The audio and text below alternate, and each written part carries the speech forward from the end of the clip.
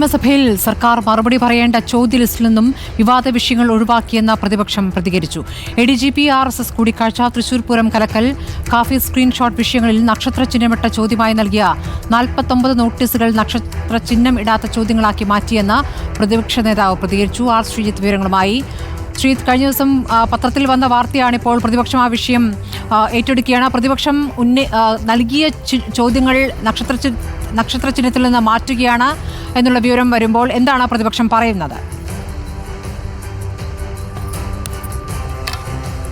നിയമസഭയിൽ രണ്ട് തരത്തിലാണ് സാമാജികർക്ക് ചോദ്യങ്ങൾ ഉന്നയിക്കാൻ അവകാശമുള്ളത്. ഒന്ന് നക്ഷത്ര ചിഹ്നമിട്ട ചോദ്യങ്ങളും മറ്റൊന്ന് നക്ഷത്ര ചിഹ്നമിടാത്ത ചോദ്യങ്ങളും.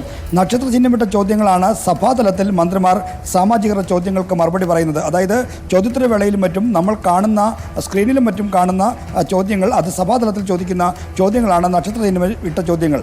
എന്നാൽ ഇത്തരത്തിൽ നിർണായകമായ വിഷയങ്ങൾ ഉൾപ്പെട്ട, പ്രത്യേകിച്ച് പൂരം കലക്കൽ, ADGP RSS കൂടിക്കാഴ്ച, ഒപ്പം തന്നെ മാമി തിരോധാനം തുടങ്ങിയ കാര്യങ്ങൾ ബന്ധപ്പെട്ട 49 ചോദ്യങ്ങളാണ് ഇത്തരത്തിൽ നക്ഷത്ര ചിഹ്നമിടാത്ത ചോദ്യങ്ങളായി നൽകിയത്, നക്ഷത്ര ചിഹ്നമിടാത്ത ചോദ്യങ്ങളായി മാറ്റിയത്. അതായത് സ്റ്റാർട്ട് ക്വസ്റ്റ്യൻസ് അൺസ്റ്റാർട്ട് ക്വസ്റ്റ്യനായി മാറ്റുമ്പോൾ മുഖ്യമന്ത്രിയാണ് ഇതുമായി ബന്ധപ്പെട്ട് മറുപടി പറയേണ്ടത്, ആഭ്യന്തരമന്ത്രിയാണ് മറുപടി പറയേണ്ടത്. അപ്പോൾ മുഖ്യമന്ത്രിക്ക് സഭാതലത്തിൽ മറുപടി പറയുന്നത് ഒഴിവാക്കുന്നതിന് വേണ്ടിയാണ് സ്റ്റാർട്ട് ക്വസ്റ്റ്യനുകൾ, അതായത് നക്ഷത്ര ചിഹ്നമിട്ട ചോദ്യങ്ങൾ നക്ഷത്ര ചിഹ്നമിടാത്ത ചോദ്യങ്ങളായി മാറ്റിയതെന്നാണ് പ്രതിപക്ഷ ആരോപണം. ഈ ആരോപണം ഉന്നയിച്ചുകൊണ്ടാണ് ഇപ്പോൾ സ്പീക്കർക്ക് പ്രതിപക്ഷ നേതാവ് കത്ത് നൽകിയിരിക്കുന്നത്. സാധാരണ ചോദ്യങ്ങളുമായി ബന്ധപ്പെട്ട് ഈ നക്ഷത്ര ചിഹ്നമിട്ട ചോദ്യങ്ങളായി പരിഗണിക്കുന്നത് സംസ്ഥാന തലത്തിൽ പ്രാധാന്യമുള്ള തദ്ദേശീയമായി പ്രാധാന്യമുള്ളവ തുടങ്ങിയ കാര്യങ്ങളാണ്. എന്നാൽ ഇത് പ്രാധാന്യമില്ലാത്തവ എന്ന് ചൂണ്ടിക്കാണിച്ചുകൊണ്ടാണ് നിയമസഭാ സെക്രട്ടേറിയറ്റ് ചോദ്യങ്ങൾ തള്ളിയത്. സാധാരണ ഇങ്ങനെ ചോദ്യങ്ങൾ തള്ളുമ്പോൾ ബന്ധപ്പെട്ട ചോദ്യങ്ങൾ ഉന്നയിക്കുന്ന സാമാജികരോടോ അല്ലെങ്കിൽ അവരുടെ പാർലമെന്ററി പാർട്ടിയോടോ ഒരു വിശദീകരണം അറിയിക്കാറുണ്ട്.